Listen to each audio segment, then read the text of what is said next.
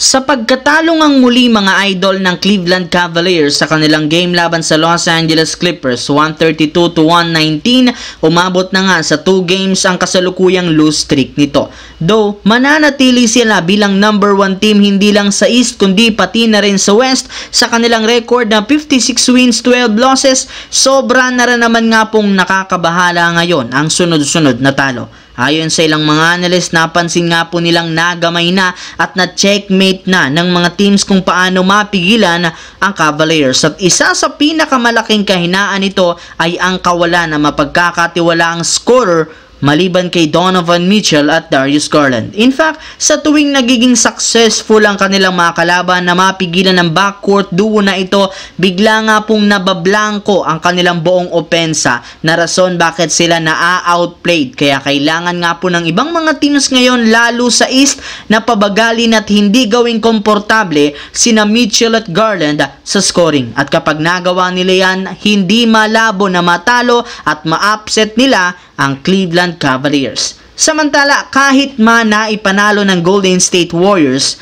at Los Angeles Clippers ang mga laro nito, ligtas pa rin ang Los Angeles Lakers sa playoffs at malayo pa rin sila sa pagkakalaglag sa play-in sa West. Kaya ang kailangan na lamang nga po nilang gawin maipanalo ang mga susunod na laro kung gusto nilang manatili sa pwesto at umabante papaakyat. Sa katunayan, ayon sa isang analyst, malaki ang posibilidad na makabalik bukas ng umaga ang Lakers sa top 2 sa West at mangyayari yan kung sakaling manalo ang Lakers sa kanilang laban kontra sa Denver Nuggets at matalo naman ang Houston Rockets laban sa Orlando Magic. Pero mismong si Jamal Murray na ng Nuggets ang nagsabi na hindi nila ibibigay sa Lakers ang panalo bukas matapos nitong sabihin na hindi na nga daw mauulit pa ang nangyari noong huli nilang paghaharap. Sisiguraduhin nga po niya na dodominahin nga daw nila ang Lakers katulad ng ginawa nila nung mga nagdaang taon. Kumpara noon, kompleto, mas healthy na rin naman nga ang katawan ng halos lahat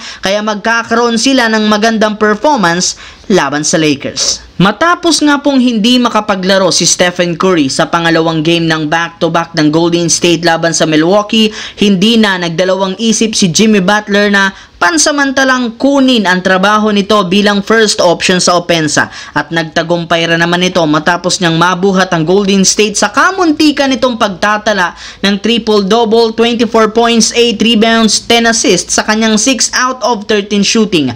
Sobrang kalmado nga nitong maglaro na gagawin sa ng comeback ng Milwaukee at dahil sa panalong ito, suggest nga ng ilang mga fans na gawing first option si Jimmy Butler kesa kay Stephen Curry. Sa tuwing nagdadala nga daw ng bola si Curry, masyado nga pong predictable ang opensa, hindi kagaya kay Butler na napakaraming naiaambag sa pagkuha ng free throw, sa shooting, sa depensa. Nakakagawa rin naman ito ng paraan upang makapunto sa crucial minutes na rason bakit hindi na sila nagcho-choke pa. Kaya kung kay Butler nga daw magsisimula ang opensa kaysa kay Curry, maaari nga pong lumakas ang Golden State Warriors sa mga susunod na linggo.